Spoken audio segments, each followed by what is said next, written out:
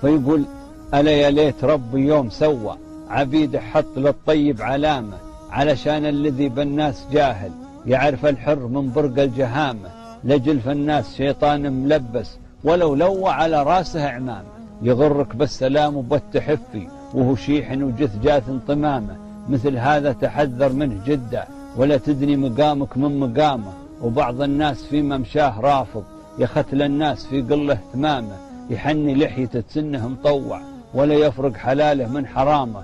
وبعض الناس يبديلك نصيحه ولكن ما تعرفه وش مرامه، وهو ما مقصده نصح ولكن يبي يلبسك للحاجه خطامه. ولا منه قضابك ما يريده أخذ سدك وضربك المهامة. وبعض الناس وش يسوي؟ قال بعض الناس يريك المحبة ورق من البريسم في تمامه، إلى قام يتمسكن بالتلفظ تقول أطهر وصح من الحمامة.